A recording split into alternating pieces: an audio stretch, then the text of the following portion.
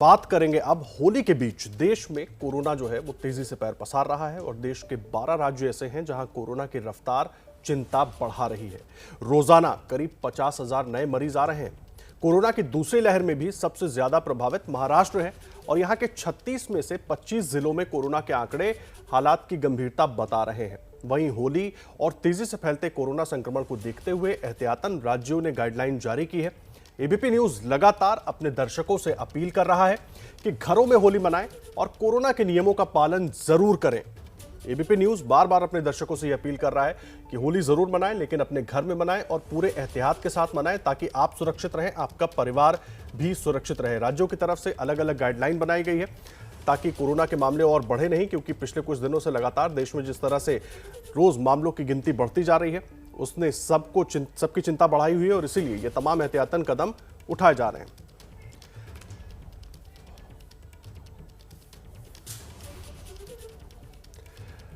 और देखिए, होली का त्योहार है, होली तो हम सब मना रहे हैं, लेकिन होली के साथ साथ कोरोना भी चिंता बढ़ा रहा है। ऐसे में होली का त्योहार कैसे मनाएं और कैसे सुरक्षित तरीके से होली मनाएं, क्या कुछ एहतियात बरतना चाहिए, इस पर बात करने के लिए हमारे साथ इस वक्त 3 खास मेहमान जुड़ गए हैं।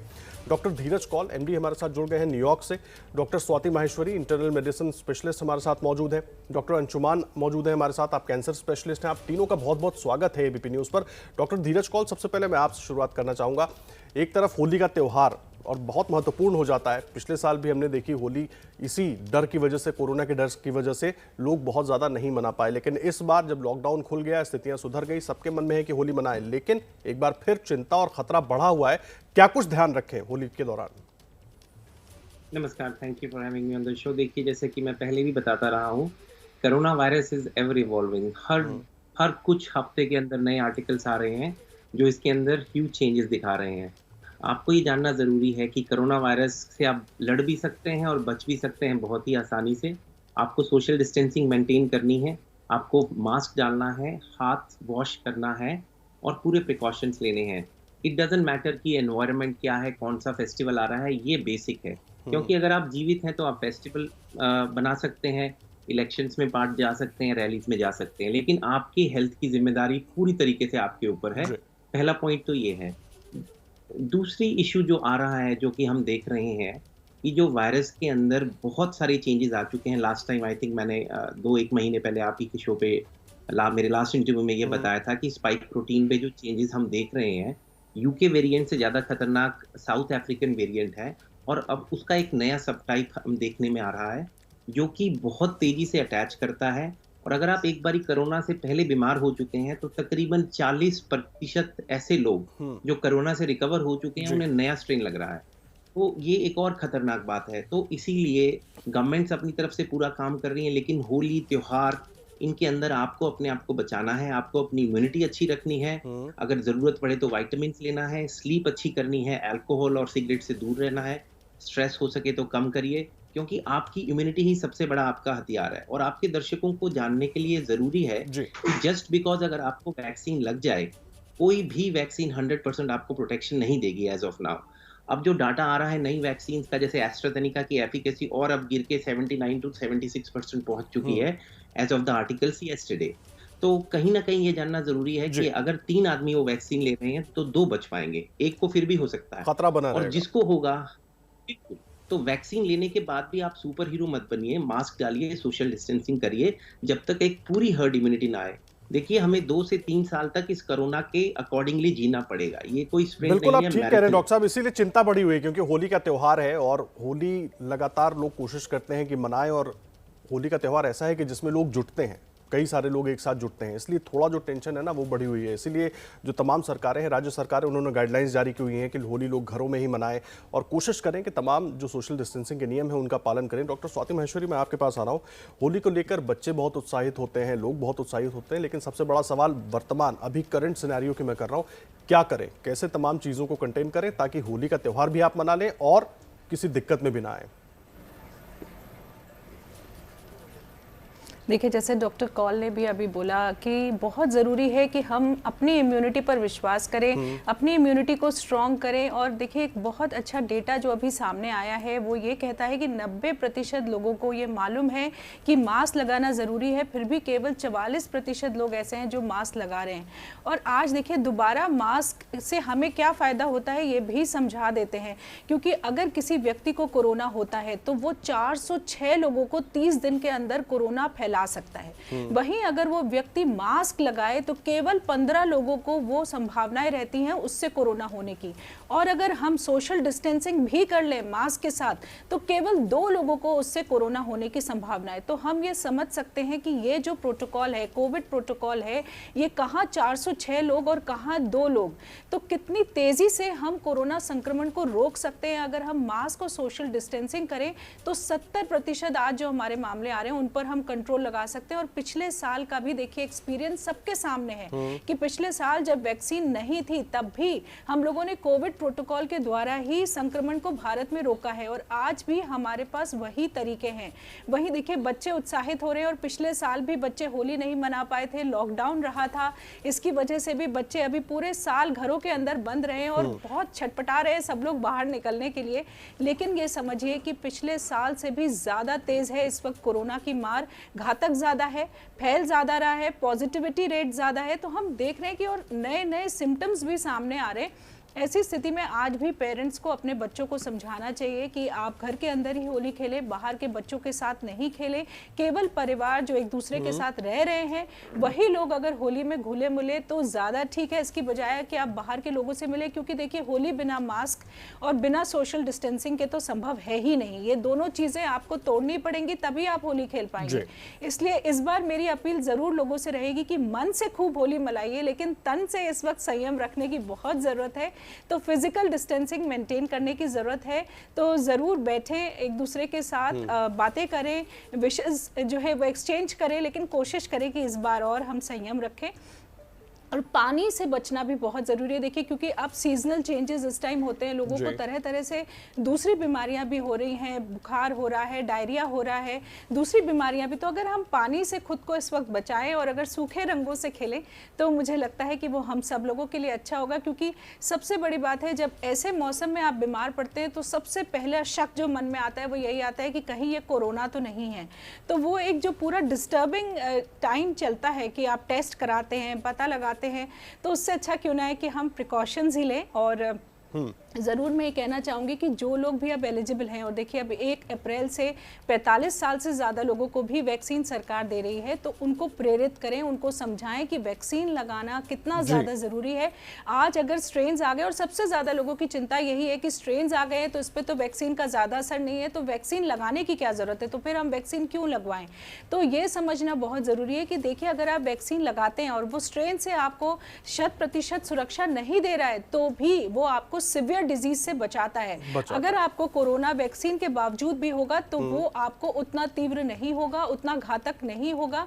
इसलिए वैक्सीन जरूर लगवाना है, हर किसी को लगवाना है। और अभी जिस जिसको बिल्कुल ठीक कह रही हैं आप डॉक्टर साहब, और बहुत अहम जानकारी आप दे रहे हैं कि वैक्सीन तो सबको लगवाना जरूरी ही है। क्योंकि जब तक आप वैक्सीन नहीं लगाएंगे तब तक उस तरह की इम्यूनिटी भी आपके अंदर डेवलप नहीं होगी, और ज्यादातर लोगों को इसका फायदा ही है जिस तरह से अभी तक जो चीजें सामने आई हैं। डॉक्टर अंशुमन, मैं आपका रुख कर रहा हूं, बहुत सारी बातें हैं कोरोना को लेकर। अब ऐसे में होली का त्यौहार है, बच्चों की तो हम बात कर ही रहे हैं, बड़े बुजुर्गों का भी ध्यान रखना है, क्योंकि खास करके त्यौहार के टाइम पे खाने पीने के तौर तरीकों में बड़ा बदलाव आ जाता है। तो क्या कुछ रखना होगा ध्यान? जी, बहुत सारी प्रिकॉशंस के तहत चली कि जब तक दवाई नहीं तब तक ढिलाई नहीं। तो अब आज होली के लिए समझ लीजिए, आपका स्वास्थ्य आपके हाथ, आप ही के हाथ में है। आप स्वस्थ रहना चाहें, बीमार होना चाहें। होली इस बार भी आएगी, पिछली बार भी आई थी, अगली बार भी आएगी। जिस तरह कोरोना के लिए माइक्रो कंटेनमेंट जोन की बात कही जाती है, तो इसके लिए माइक्रो फेस्टिवल का भी आप सीजन समझ लीजिए। घर में होली मनाइए, समुदाय में जाकर ना मनाइए, पहली बात। दूसरी बात, खाने के लिए बाहर की चीजों का परहेज करें, कि बाहर की बहुत सारी ऐसी चीजें आपकी आती है जिससे आपकी इम्यून सिस्टम या जीआई डिस्टर्बेंसेज होते हैं। कुछ चीजों से आपके सोर थ्रोट की भी समस्या होती है। तो ये सिम्टम्स आपके ओवरलैप ना करें कोरोना से, इससे बचना भी है। एक दिन की बात है, आप अगर बचे रहेंगे, क्योंकि कोरोना का भी सर्ज आ रहा है, और खास करके सर्ज उनमें देखा जा रहा है जो अभी तक इन्फेक्ट नहीं हुए थे। अच्छी बात यह है, री इन्फेक्शन के केसेस कम हुए हैं। तो जो अभी तक री इन्फेक्ट नहीं हुए हैं उनका नंबर आने वाला है वैक्सीन के लिए, तो उनको बचना बहुत जरूरी है। और इस तरह अति उत्साहित होके मैं मानता हूं पैंडेमिक फटीग जरूर हुआ है, कोरोना फटीग हुआ कि 1 साल से यही समस्या चल रही है। डॉक्टर, एक्सपर्ट, मीडिया के द्वारा यही बताया जा रहे हैं कि ये मत करो, वो मत करो। कुछ और धीरज रखने की जरूरत है, धैर्य रखिए, ये समय भी निकल जाएगा और होली निकल जाने दीजिए, उसके बाद देखिएगा सब कुछ अच्छा होने लगेगा। अहम बात आप कह रहे हैं डॉक्टर साहब, मैं बहुत सही बात आप कह रहे हैं और हमारे दर्शकों को ये बात समझनी होगी। डॉक्टर धीरज कौल, मैं आपका रुख कर रहा हूँ। मुझे लोगों के मन में एक बड़ा सवाल है कि हम ऑफिस तो जा रहे हैं या हम पब्लिक ट्रांसपोर्ट में सफर तो कर रहे हैं, ठीक है, सोशल डिस्टेंसिंग के साथ कर रहे हैं, तो हम त्यौहार भी वैसे ही मना लेंगे। ये इस तरह के सवाल भी है लोगों के मन में। उनको लग रहा है कि हम इस तरीके से अगर त्यौहार मनाते हैं तो कोई दिक्कत नहीं होगी। ये ठीक है या जो बात आप कह रहे हैं वो तो मैं दर्शकों को बता ही रहा हूँ, लेकिन ये जो लोगों के अंदर मिथ है ये कहाँ तक ठीक है? देखिए, मैं छोटा सा एग्जांपल देता हूँ। अमेरिका की जो इंडस्ट्री है, यहाँ की अगर हम बात करें, इवन हेल्थ केयर, अब हेल्थ केयर का जो टेली सेक्टर था, जो टेली मेडिसिन था, 2 से 3% था कोविड से पहले। आज की डेट में 35 to 33% हो चुका है। ऑफिसेज का जो वर्क फोर्स है वो तकरीबन 30 to 23% डिक्रीज हो चुका है। एज इन ऑफिस के अंदर जो अगर 10 लोग जाते थे तो अब 6 या 5 लोग ही जाते हैं और काम बहुत अच्छा हो रहा है, ऐसा कोई प्रॉब्लम नहीं है। तो लोग अवॉइड कर रहे हैं ट्रैवल्स। उबर को भी लोग डिसइंफेक्ट करते हैं यहाँ पे तो प्रॉपर तरीके से। पब्लिक ट्रांसपोर्ट की जो गति है, जो मेट्रोज यहाँ पे न्यूयॉर्क में चलती हैं, उनकी कैपेसिटी इस टाइम 30% है। तो पीपल आर अवॉइडिंग ट्रैवल। लेकिन जो जिसको एसेंशियल है, जो एसेंशियल वर्कर है, जैसे नर्स है, डॉक्टर है, फायरमैन है, ग्रोसरी शॉप वाला है, उसको तो जाना पड़ेगा। और अगर वो गाड़ी अफोर्ड नहीं कर सकता तो उनका वो वर्क हैजर्ड है, रिस्क वर्सेस बेनिफिट। लेकिन होली मनाना, मुझे इसकी रिलीजियस सिग्निफिकेंस समझ आती है। आप टीका भी लगा लीजिए, भगवान का पूजा भी कर लीजिए, लेकिन अगर आप जैसे डॉक्टर्स ने बताया, आपको होली में कॉन्टेक्ट का त्योहार है, वाटर एक्सचेंज होगा, सिचुएशंस होंगी, आप बीमार होंगे, अननेसेसरी आप हॉस्पिटल पहुंचेंगे और आईसीयू का खर्चा बहुत है भारत के अंदर। देखिए, अमेरिका के अंदर अगर आप कोविड से बीमार हैं तो आपकी $1 भी खर्च नहीं होता, दवाई, वैक्सीन, व्हाटएवर, आईसीयू।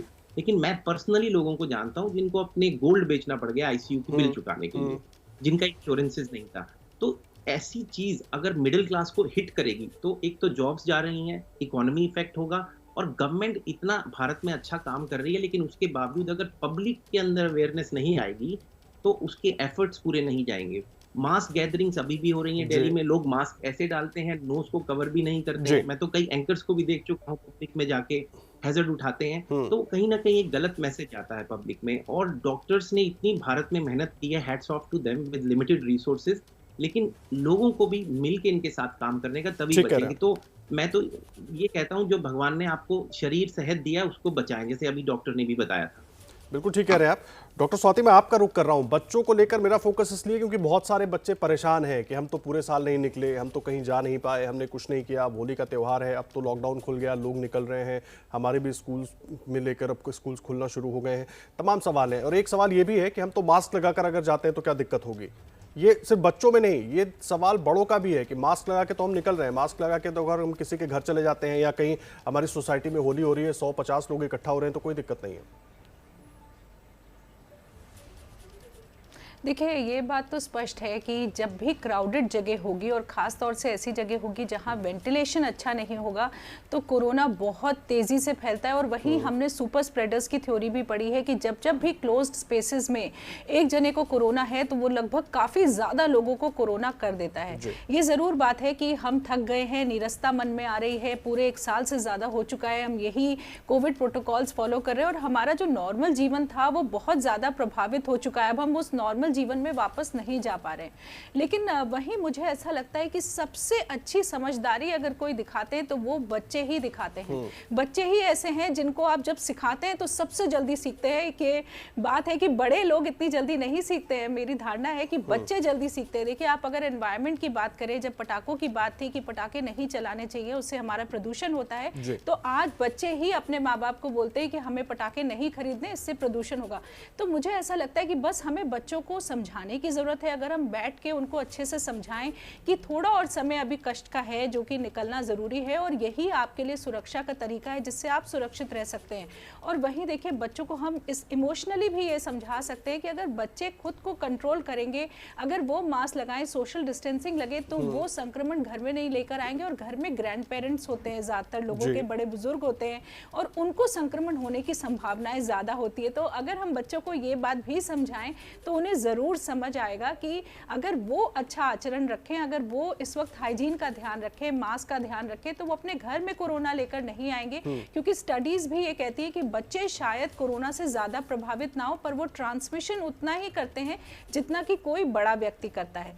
इसलिए बच्चे भी एक पोटेंशियल हैं कोरोना फैलाने के, और इसीलिए आपने देखा भी कि स्कूल्स भारत में खुले, लेकिन हमें फिर दोबारा उन स्कूल्स को बंद करना पड़ा क्योंकि बच्चों में तेजी से कोरोना बढ़ा। तो आज भी, और अब देखिए नए स्ट्रेन्स हैं, वो नए स्ट्रेन्स कैसे फैल रहे हैं, किस वर्ग को ज्यादा प्रभावित कर रहे हैं, इसीलिए खतरा बढ़ रहा है। डॉक्टर स्वाति, थोड़ा समय का मैं बीच में आपको रोक रहा हूं, समय में ये चीजें जी बिल्कुल। मैं डॉक्टर अंशुमान का रुख कर रहा हूं। डॉक्टर साहब, बड़ा अहम सवाल है, बच्चों की हमने बात कर ली, मैं बुजुर्गों की बात कर रहा हूं, और साथ ही साथ बहुत थोड़ा समय हमारे पास, मैं उसमें ये जानना चाहूंगा कि इम्यूनिटी बढ़ाने के लिए त्योहार के वक्त में, क्योंकि अब खाना पीना पूरा हमारा चेंज हो गया, आप कुछ चीज़ों का जिक्र भी कर रहे थे, मैं चाहूंगा थोड़ा सा हमारे दर्शकों को बताएं कि इम्यूनिटी के लिए क्या कुछ और करें ऐसे टाइम पर। जी, सबसे अहम बात है, मेडिकल साइंस हमारा जानता है कि इम्यूनिटी अब बढ़ा नहीं सकते हैं, और कोरोना से होने वाली मौत इम्यूनिटी बढ़ने के कारण नहीं हुआ, जिसको साइटोकाइन स्टॉर्म सिंड्रोम का है। मतलब इम्यूनिटी को आप सम अवस्था में रखिए, बराबर की अवस्था में, न बढ़ाना है न कम करना है। तो जो चीजें आप बाहर से लेके शरीर में टॉक्सिन की तरह देते हैं, वो इम्यूनिटी आपकी कम करती है, जिसमें फास्ट फूड, पिज्जा, बर्गर और एडल्ट्रेटेड फूड या टॉक्सिक फूड, जिसमें मेवा के नाम पे, गुजिया के नाम पे बहुत सारी चीजें मार्केट में मिल रही हैं, इनको अवॉइड करें। मतलब इम्यूनिटी को डाउन न होने दें। आपके घर का खाना, शुद्ध भारतीय भोजन आपकी इम्यूनिटी को बरकरार रखने के लिए काफी कारगर है। उसी पे आप आश्रित रहें, उसी पे आधारित रहें। यही ये बहुत बहुत अहम जानकारी आप दे रहे हैं। घर का खाना सबसे बेस्ट है इम्यूनिटी को बनाए रखने के लिए, मजबूत बनाए रखने के लिए। आप सबका बहुत बहुत धन्यवाद। न पाबंदी हो न कोई हद हो तो बस खुद बनाई सरहद हो। ये मुहिम है परतों में छिपे हर सच की तलाश की, सियासत पर रखी पैनी नजर और आंख की, खबरों की दुनिया में एक जिम्मेदार आवाज की, जुर्म और जुल्म के खिलाफ हर बेबस के लिए इंसाफ की। जब कोई हद नहीं इंसानियत के लिए जज्बात की, जब कोई हद नहीं खुशियों और ख्वाब की, तब कोई हद क्यों हो नए नजरिए और बदलाव की। तोड़ के हदों के ताले, नए सपनों को पाले, बांधे सबको एक धागे, आपको रखे आगे। ABP news.